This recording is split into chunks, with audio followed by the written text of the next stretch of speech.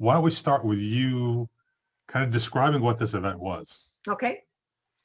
Well, I actually received a messenger chat from your cohort, Mark Lebedew. And he asked me, would I ever be interested? They need a speaker for this particular event on mini volley. And would I be interested? And I said, absolutely, I'd be interested. Not knowing, what the content was, but, the ability to be able to share what I've been doing for the last 20 years, one of the projects or many projects. And so he shared my name, and Christoph, with the CEO of Volleyball Academy Poland, actually said, hey, let's jump on. And I guess it was like an interview to see whether, he wanted to consider me or not. And so that lasted about an hour. And at the end of the session, he was like this. And I said, Christoph, are you okay? And he said, oh no, he says, Ruth, I'm just blown away. He said, I didn't realize you're doing all this virtual stuff and all the age groups and all. Would you be interested in doing it? And I said, absolutely, yes. But I mean, when is it? What's the time frame? And so we finally figured that out. It's 5-6 hours later, which means you have to get up early, and I says, well, what is it exactly? And what would you like me to speak on? He said, well, you've just kind of reviewed what you can speak on.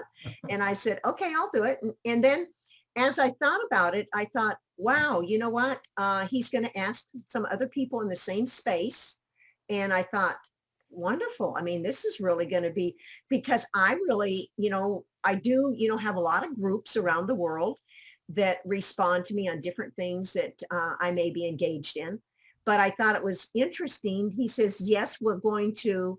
I said, okay, is it going to be pre-recorded, recorded, exactly. And I've really enjoyed the live side of it. I've done the pre-recorded side, with 5 or 6 events. And he said, well, no, we're going to pre-record, and then you'll come on and you'll have a 50-minute Q&A.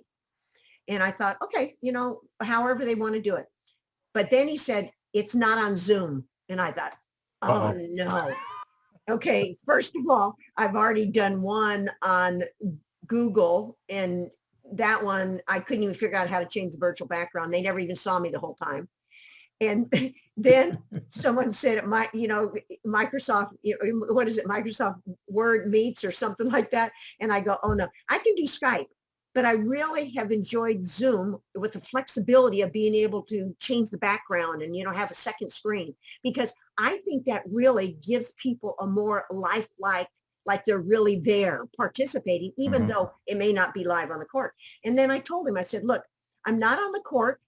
I'm not going to be able to do any live, except I'll have one of my students who's, at the time, she was 8 years old, and her mom had been training with me since March in BYOP. And I said, I would like her to be engaged. And then at first, he kind of thought, no, I don't know, And I said, we're going to be doing it on Zoom. So it's, he's going to record it on Zoom. But the event, was not. Okay. So then I said, okay, how many speakers, so forth, it kind of went on. And he told me a little bit about, what we would do and when it would be. And then it got postponed. And then that was great, because guess what? I didn't have to do my pre-recording as soon. So then we recorded in December, and then the event actually aired on Sunday. I think it was called Mini Volley Congress. And it basically was represented by 5 countries. And it had to do predominantly with youth in training. However, one of the speakers from Italy, he actually talked about all levels. He talked about young kids. He went all the way up to his pro team that he's coaching. So everybody was bringing a different topic, but it was, dealing with kids, and, the whole idea is mini volley. Now, it's interesting to me. I've never really paid much attention to what mini volley is, except when people talk about it, I think of it as 1-on-1, 2-on-2, 3-on-3, 4-on-4, and everybody kind of does a modification of that. Right. And I said, I'm not really doing that. I'm really doing training and so forth. And is it okay if I do it like that? And he said, oh no, what you're doing with parents and kids and virtually and all that, he said, people that would register would get a chance to see someone who's really doing that with younger kids in the United States, because everybody sees on the internet what everybody's doing with the challenges and so forth. So anyhow, that's kind of the overview of it. And I can tell you that what the interesting thing though, okay, so the Congress started on Sunday. I was first up at 8 o'clock. So you go from 8 to 1, everybody gets their hour and everybody gets 15 minutes. However, there's a chat. Well, I could not figure out how to do the chat in English. So they were translating for me. But guess what? Halfway into Remco, who is from the Netherlands, I figured out how to do it. So I'm chatting away and everybody saying, okay, Ruth knows now how to do the English chat. So it was hilarious in a way, but I mean, I wish that I could have, chatted during the session because it was pre-recorded, because, people, it's interesting. We talk about the generation of one in immediate response.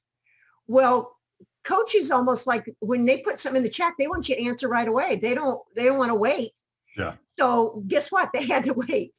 But anyhow, so I learned how to do that. And so I kicked off in the morning at 8 o'clock.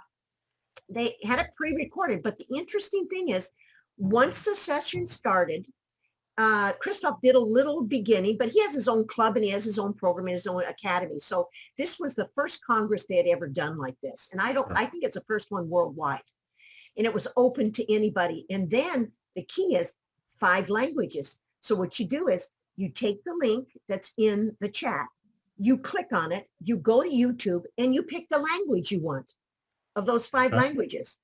And then on the sidebar, it's got your language. There you go. It's all, if I want it in English, I'm watching Remco in English. I'm watching Christoph in English.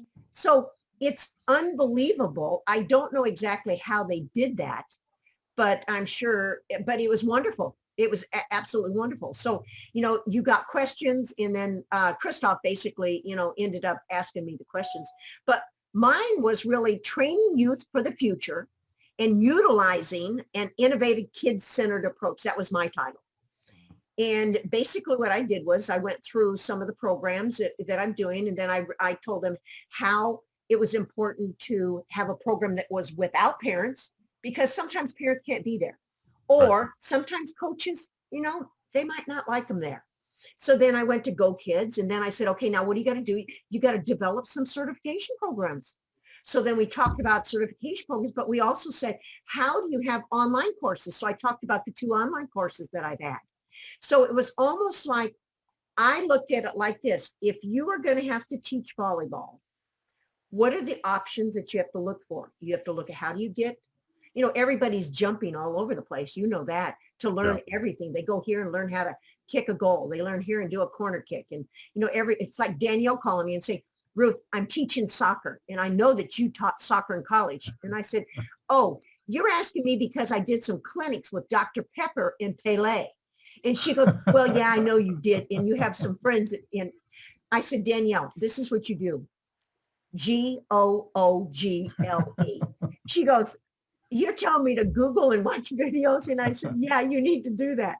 So my thought is that if I could kind of put this in a nutshell, so that PE, because you're really talking about it everywhere in the world except here, PE teachers actually have degrees in physical education. And it's usually exercise physiology, anatomy, kinesiology, and most of their coaches do. Compared to here, used to be that way, as you know. Yeah, it used to be that way. Yeah, and it's too bad because you actually learn so much. But so I wanted to put it in perspective, to basically put everything so one of their teachers could say, okay, you got online course. And you know what? When you pay $9.99 for an online course, John, that's pretty inexpensive for something that you get all the skills and the keywords and all that. And I thought, we really do have to have it developed. And, Art of Coaching did both of my online courses. And then I did the home training program series. And everybody says, oh my goodness, Ruth, how did you get this out in time for COVID? I go, no, this has been out since 2018. And they said, why is that? And I said, Because what does a 10 and under kid, or matter of fact, maybe a 14, a 15, a 16, say to you, hey, coach, what do I need to practice on before next week? Well, I needed a program where they could go by progressions, have charts, watch videos, answer questions, watch the video, check off that they did it every week. And I felt like that was important. So my presentation was really geared around that. And then I ended up pretty much talking about what I'm doing with a virtual gym, which is really encompassing everything. So a PE teacher here, which a lot of them, a lot end up teaching PE, and they may be a math teacher or somebody like that. And they might want to know those basic fundamentals. So I put everything in the library. I put everything online courses. I put all the certification. I put the programs. I did, all, and you can pick. You want to watch all these things and their overview and all this, they're free. You want more in depth, then I'll put in depth. But that's probably going to be a second quarter thing. We're just now working on the website side of it. And then I got to answer my Q&A, but after the fact and a little bit delayed. And then up next was a Dutch coach. Before you go on to him, one thing that I think is worth bringing up right here is for listeners. Okay. In the last episode where I was talking with Alex Porter on mentorship, one of his to-do things that he came up with as we were talking was to engage a coach over there in England about developing programming for PE teachers in the school system there, because essentially they're the ones that are teaching volleyball to grade school kids in England. Absolutely. And about needing all the tools you're just talking about. Well, what are the cues that you use and how do you structure things? And he was saying we have a decided lack of content for those people who are, volleyball for them is a 6-week module as part of their calendar. Yeah. So what can we do to help develop them? Because there's a coach over there who I actually met when I was in England in 2019. At that time, he was the England youth national team coach, I think, not the junior national team, youth national team coach. I don't know if he still is that, but apparently he's been a PE teacher for years and years. And so Alex was like, I need to get him to work on this to develop something for the PE teachers. So I can tell him to talk to Ruth Nelson because she's already got something built for you. Well, when I first started out and I figured it out 2000, okay, that's like 20 years ago. I started to specialize started 12s and then 10s, and then Ebony. I started Ebony in 4.5. She was in my first group in 2003 when we presented at the AVCA convention. That's Ebony Nwanabu for those people who don't know the reference. And she's playing in the Pro League. Yep, and was at USC and finished up at Texas. Okay, but it was interesting. I'll never forget Andy Banikowski walking past me, who used to be the head coach at UCLA. He walked past me in 2003 at AVCA that was here in Dallas. And he goes, Ruth, I don't know how you do it. I don't know how you do that with young kids. Hey, I'm just happy you're doing it. I was at that AVCA. Really? I was You weren't at my demonstration. I was a, what do you call it? An exhibitor. Exhibitor. I was an exhibitor for what did we call it? It was a passing target that's suspended on the net. Precision passer. That's the name that I gave it. Oh. Because there was a period of time there in the 2000s where I developed, patented, and had produced this net suspended target. And realized real quick I didn't want to be in that business. But there's a few hundred of them floating around the world, so most of the U.S. But there was a few that went overseas. Too, John. When you think about it, there's not a lot of coaches that see the satisfaction that I see in training young kids. And I think it all comes back to the fact is what my background is like. Because I think your normal player who played on the national team or was assistant coach of the national team or, collegiate coach and all those things that I've done. Most, I don't think really, unless you've had your own kids and they've grown up through a youth system, I don't think most coaches want to have that kind of patience. I think coaches have patience, but I don't think that they want necessarily have that much patience for that long a period of time. Yeah. Well, you've kind of had a reverse career to the one people typically think of, because most people they'll start coaching like 12 and unders, Right. and they'll get more experience and they'll start working up their way up the ladder with the age groups, and maybe they'll start coaching 18s, and maybe they'll start thinking about high school coaching and college coaching and moving up that way.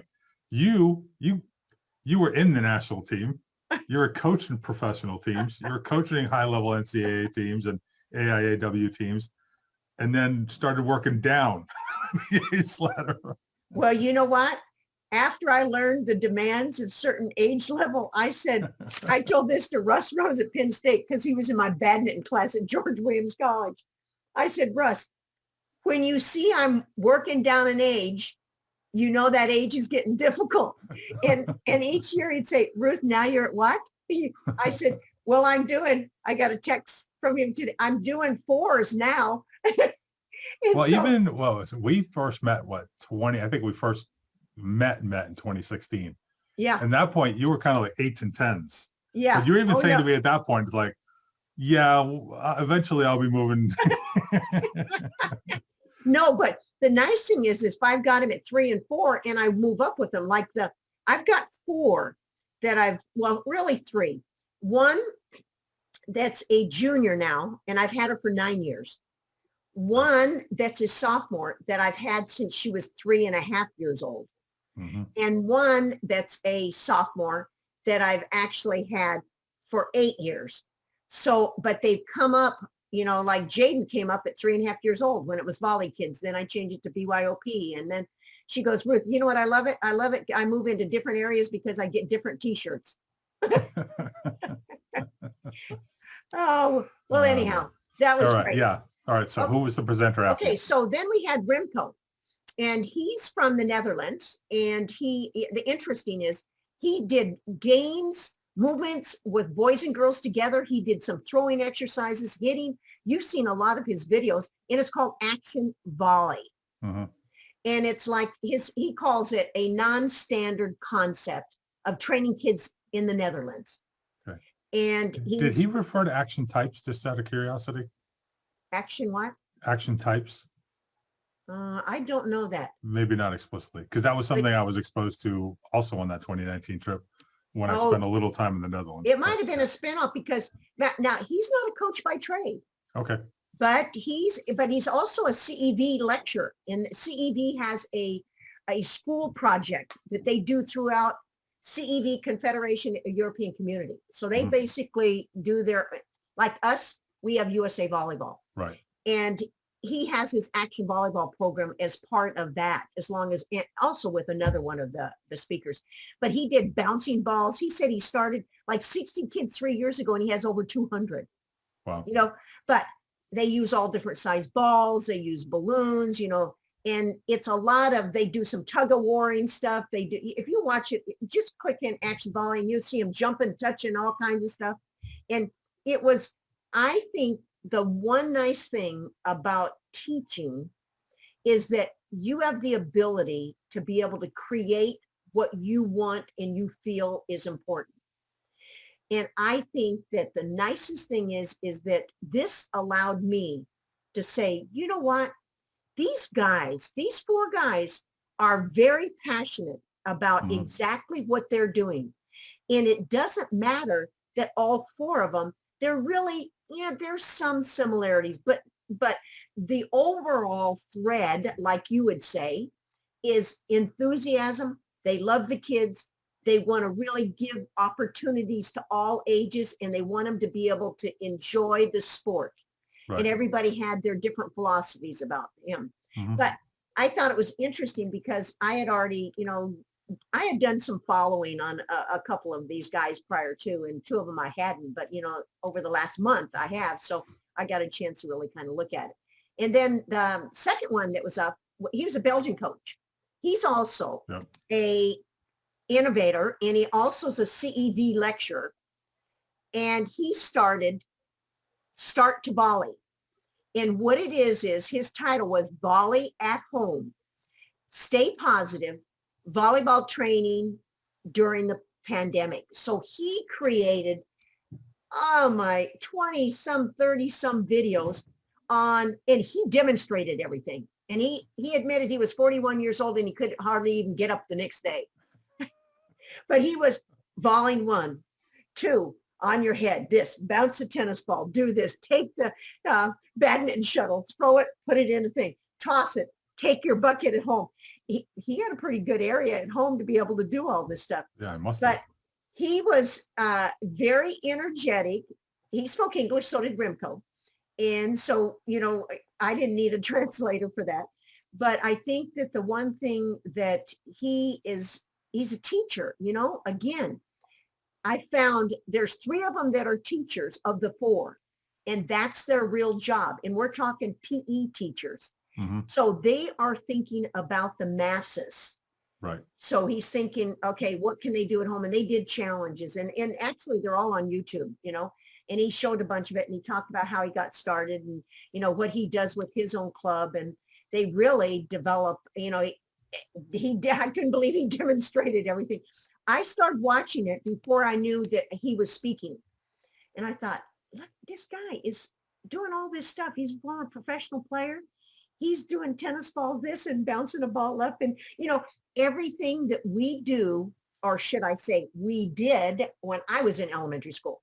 What do? You skip rope, right? Yep. You put down cones.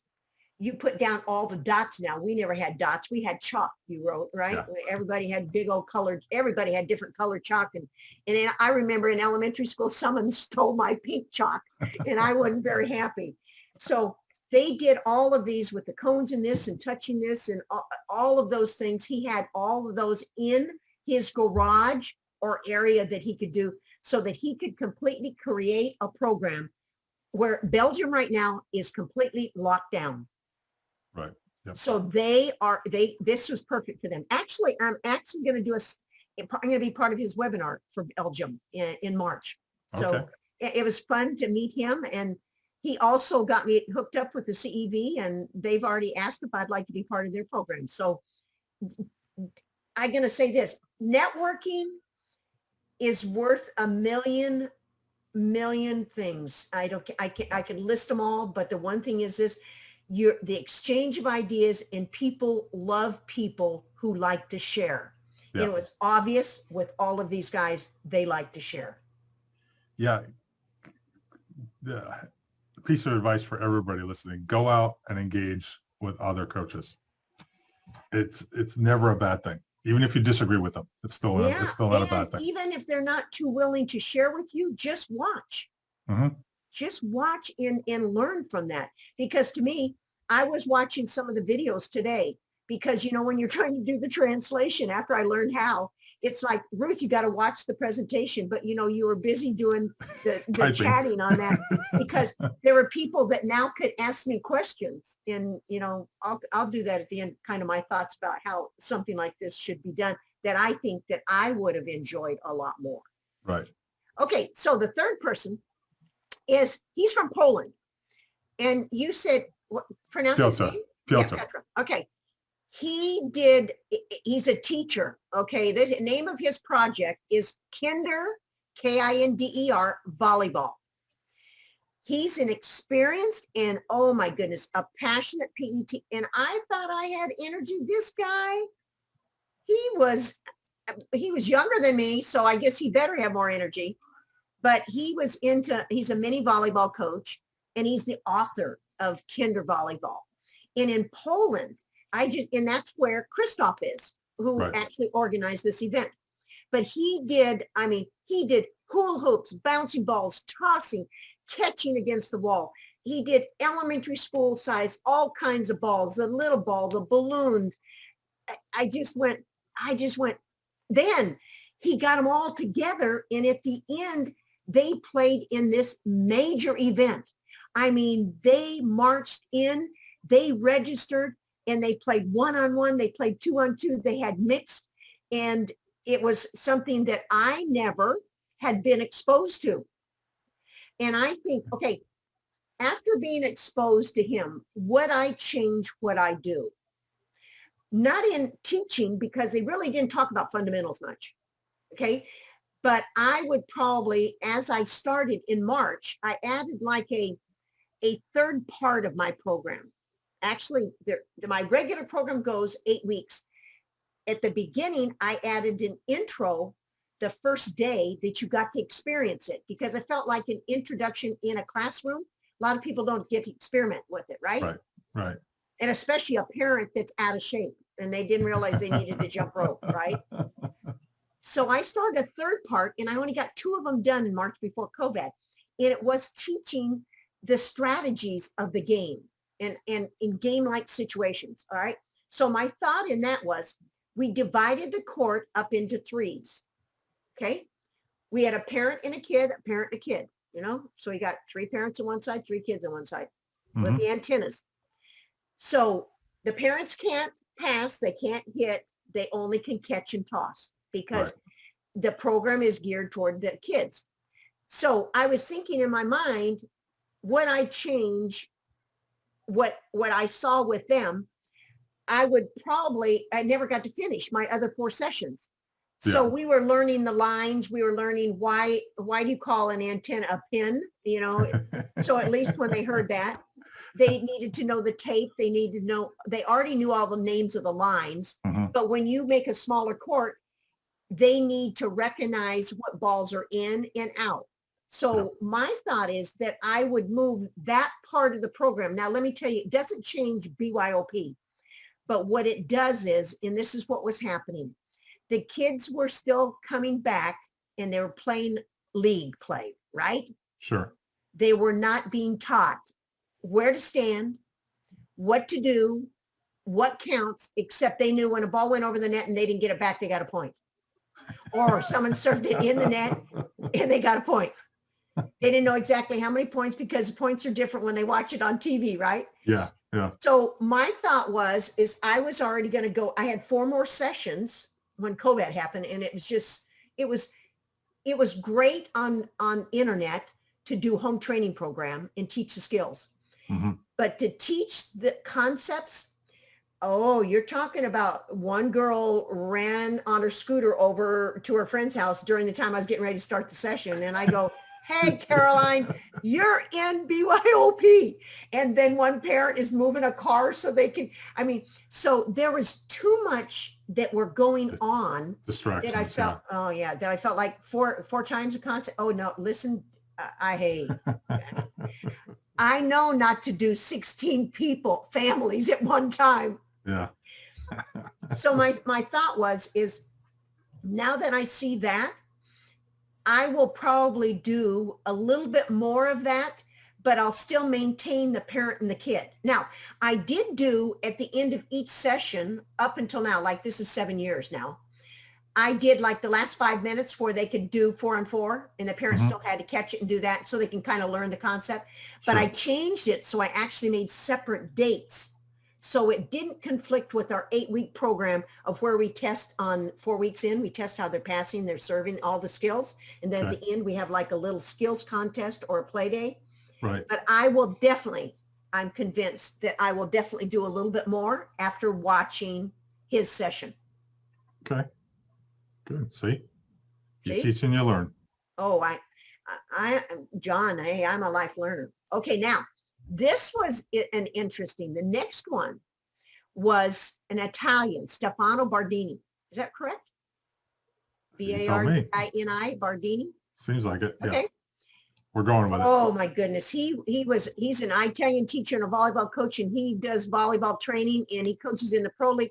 He went into a theory of everything in teaching philosophy and training and age group. And he started with the youngest age group and started them on a trampoline and, moved them into, the bouncing the balls, and then watched them with the big ball, and then went and jumped into middle school, and then went into high school, and then went into the pros.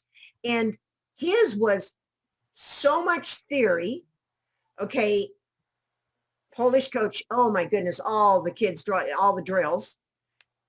Christoph doing all the drills with him. Remco doing, different and me, if I had to do it all over again, I would have shown more videos.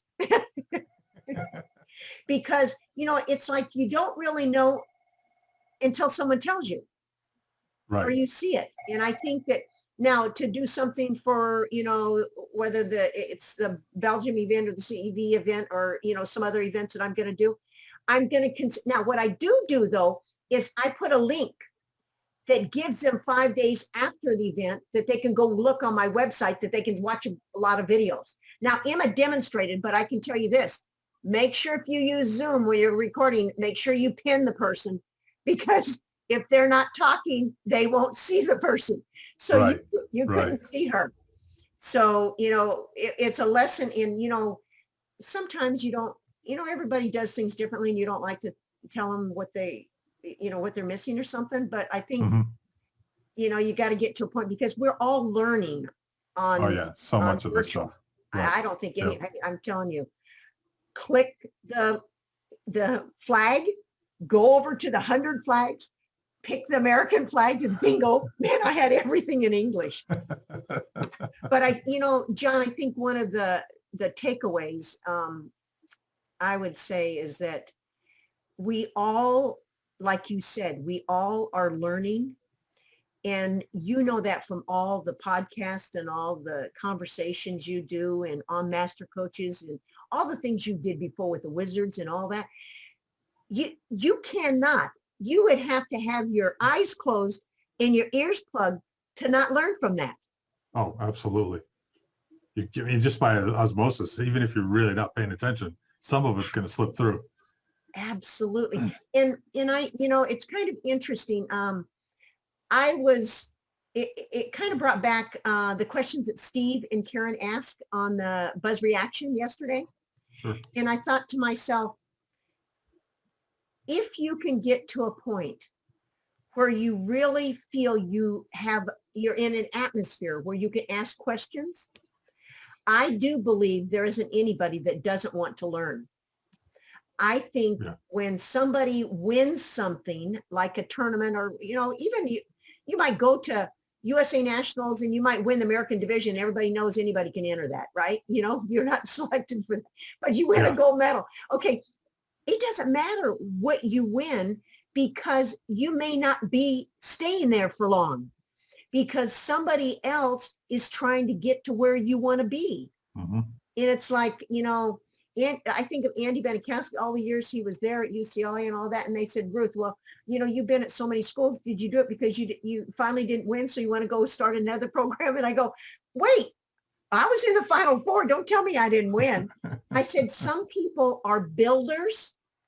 Some people are stabilizers. Some people are creators. And some people are innovators. Yeah. And now we're influencers, right? Okay, that's the buzz. Remember when John Cook came on? Hey, that's the influencer. That came up in my first sports marketing class yesterday. Influencers. Okay, influencers. The buzzword, man. And I talked about name, image, and likeness, and how that's gonna probably influence our sport moving forward. So. Yeah. Well, I can say if I had it to do over, and I myself as a presenter, and then I'll say as a participant. As a presenter, I think the pre-recorded thing shows merit, because what it does is it allows a person to watch and chat. But I think it's better if that person could have watched before they went to the Congress and able to chat and ask more questions, because when someone chats, it may be later in the presentation, right? Yeah. Well, kind of like with the AVCA, where during the presentation, you could chat in most cases with the presenter. Right. But they also had those, what did they have? What are those breakout rooms? Or not breakout rooms, not really. Learning labs, right, where you had an hour afterwards where you're all on Zoom and you can ask questions. But I would rather, as a participant, I would rather have watched the video and then gone to the Congress on Sunday, and I would have already watched it. I would have already thought about it, and I would have asked different questions. Sure. Because what happens when you leave a session? What's the first thing? You're a participant. What's the first thing you think after you left? Probably what's my next session.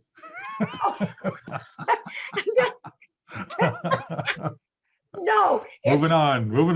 What question should you have asked and you wanted to ask, right? Yeah.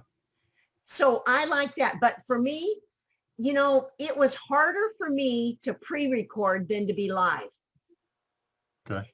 Because it's like, now I like in person too, but I can tell you live, like what we're doing, there really is, you can interact if you get a chance to interact. But when you've got 80 people, it really changes the flow of your presentation. Right. So I really think, I really, now, when you got a chance now, so they get to actually view it for 30 more days. They actually get to view like 20 of my videos for like 3 or 4 more days. And I already have from that event, 10 people that I'm already communicating with, besides the people that presented with me. Right. That's critical for all young coaches. Yeah, it is. You know what? We used to have to do it by fax machine. So tell me. Or Gaspar by telephone. Oh, yeah, that's right. And you know what? It's funny because Christoph, he had sent me a thanking me for, because I said it was really great to meet him. And I sent it at midnight and it was 6 o'clock there and he was up and responding with it. So, I mean, you can write anything anytime you want and then the person gets it when they wake up or the next day or whatever. Yep, exactly. But it was one of the most fun times I've ever had in a long time. Nice. That's good. So you've now expanded your reach beyond Latin America because you've been all over Latin America lately. Right. And now you're getting into Europe. Yep. So now we just got to get you got to get our buddy Shihab to get you doing stuff in the Middle East and maybe North Egypt. Africa. Yep. And then you must know somebody in the Pacific. Oh, I am. I do. Japan, they're on my China, and all that. but really, even with Marco I talked to Marco at least 3-4 times a week on Messenger, because now I put Messenger on my computer and I can work and I can talk at the same time. Yep. So I like that. And then Argentina, and then doing stuff with Noel and that. But I can tell you that if people really care to learn, it's almost like we talked about this, with the whole issues of Black Lives Matter and everything. Someone asked me one time, Ruth, are you going to make a statement? I said, I've been making a statement my entire life. I don't need to make a statement, but let me say this. I think if someone wants to learn the Black culture and recognize that, Rose said she picked cotton in high school to make extra money. And we learned that because we talk when we would walk our mile. And we came up with, you got to ask 5 or 6 questions every single time we walked, and you got to tell something about yourself that the other person doesn't know. But you know what? The bottom line is this: you're only as busy as you want to be. And if you have something you want to learn about, and it's like what we're talking about now, if you want to communicate with people, this is the easiest that it's ever been in my entire life. I see Christoph already. He's already responded to my post from Poland. But anyhow, John, I just think, you've done such a wonderful job of connecting people all over the world. And to me, I've really worked hard with, Todos Somos to do the same thing and to have the opportunity to be exposed to people. Yeah. There's plenty of people, John, like us that like to share, and it's not what you do I don't like. It's what you do is great. It doesn't matter what my opinion is. I don't have to agree with you, on everything. And you know what? The fun thing about it is, it's fun to be able to talk about what each of us think, because to me, that's the only way you learn. To me, I think that the most important thing is, don't get stuck as a volleyball coach and only be a volleyball coach. Right. Expand your knowledge to many things. Mm-hmm. Whether if you're in coaching, it's in marketing. If you're in coaching, it's dealing with parents and how is the best way that you can gauge parents without you being upset or them being upset. Right. And, you know, because it's like Dave Brigulo, the one that does my podcast. I heard him I listened to it every single time it comes up. And one of the things he said, you know, I didn't plan on doing 22 podcasts with Ruth, but I have a list of them that I'm doing. And I said, Dave, I didn't really mean to do that. And he said, well, no. He said, it's been so exciting. I never thought I'd be talking to Olympians or, you know, talking with Kathy DeBoer with the, you know, the AVCA and Sandy and with USA Volleyball. And he said, those are things that I never would have even dreamed that I would do. Yeah, exactly. So I think just exposing people to, you know, all those kind of things is, I love it, you know? Yeah, you have to love what you do. And it's a lot of fun to get yourself into new situations. I mean, like when we arranged for Danielle Scott, for those 5-time Olympian. Yep. I forget. When we arranged for her to come to Midwestern to do that talk when we were fundraising for the trip to Buenos Aires, which was part of another set of contacts that I developed before that. The vast majority of the stuff that I do these days is the result of connections that were developed by other stuff that I had done in the past. Mm-hmm. Like my trip that I mentioned before to Europe, 2 months, I was 13 countries or something, some crazy stuff. You know, I look back on it, I must have been out of my mind. But I mean, that's more people I'm connected to, more things that I've seen and been exposed to and can talk about and share with people, and more people that, hey, I used to play there, or I know a coach from there. It's a really small, especially the volleyball world is surprisingly small. You know, the whole 6 degrees of separation, it's more like 3 in volleyball. Because you always know somebody who knows somebody. But you know what? I think it's also important for young coaches and even some coaches that are in their 30s and 40s. I consider everything under me as young, so everybody's young. One of the things is there's a difference between building relationships and nurturing those relationships over years, because, you know, I may have a couple people that call me that I know they're calling me because they need something. Okay. Right. But I know that. But don't just call on people just because you need something. You know, develop a relationship with people, because I do believe that people are sincere, and I believe that there are enough people out there that really do care.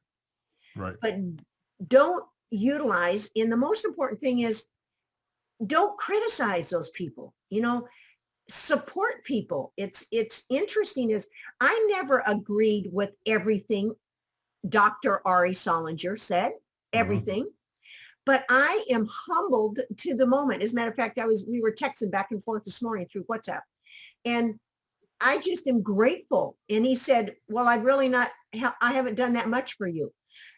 Yes, he did. He did more for me than he'll ever realize.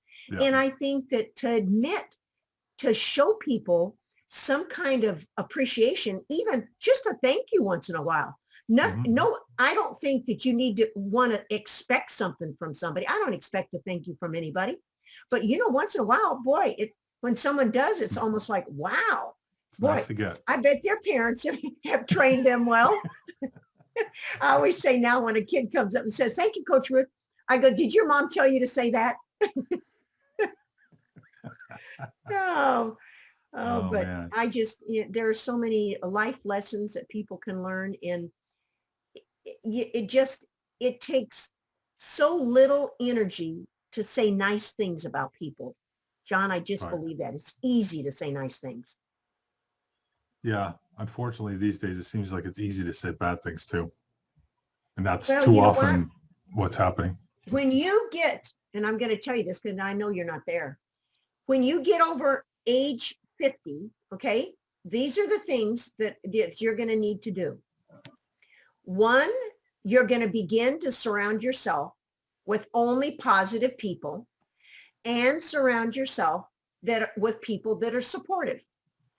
Because I'm going to tell you, I began to do that, and I began to do something that I don't think I ever did through my first 30 or 40 years when I was so actively involved in volleyball. I didn't know how to say no. Yeah. That's a learned skill. It is definitely a learned skill.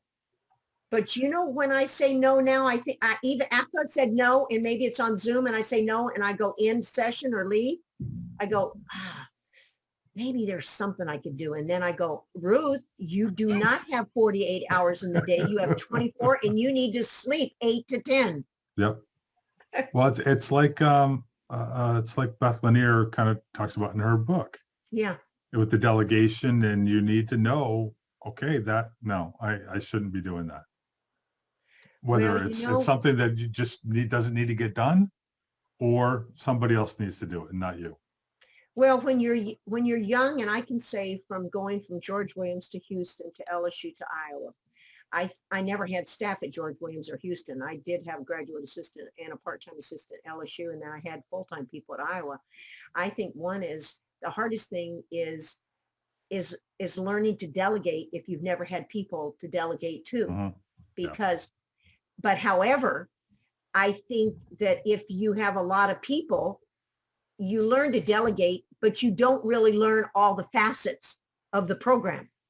Whereas we had to learn all the facets of the program. We had to fundraise, we had to do this, we had to do the buses, we had to do this, we had to do thank you. I think I learned how to type. I learned how to do this. I know how to do this. I know how to type on there's a lot of things that are positive both ways. But I think one of the things that was the hardest thing that I learned, and I learned it when I went from LSU to the pros, is my general manager, and I told you this in the Wizard interview, Gary Carroll said, you do everything you need to do in training. And when the game comes, it's game time and it's showtime. Yeah. You be energetic and you do all that. And even some of my LSU players that played for me, they go, why weren't you like this when you were at LSU? I said, you know why? Because I didn't have somebody like a Gary Carroll telling me why it was valuable. Right. So how many of these, everybody does something, you do a drill because somebody else, you see them do a drill, but you don't even know how they created the drill. Mm-hmm. So and you're not doing the drill like they did the drill because you don't necessarily understand the drill. Right. So to me is learn from it and just recognize that it's okay not to do like I was LSU. I'm not going to do what Andy Banikowski does at UCLA because my players are different. However, he was the first one to ever use, it was called blue defense. I named it after he did. Offside blocker goes get the tip. Right. We had red, we had white, then Rover came around and rotation came around.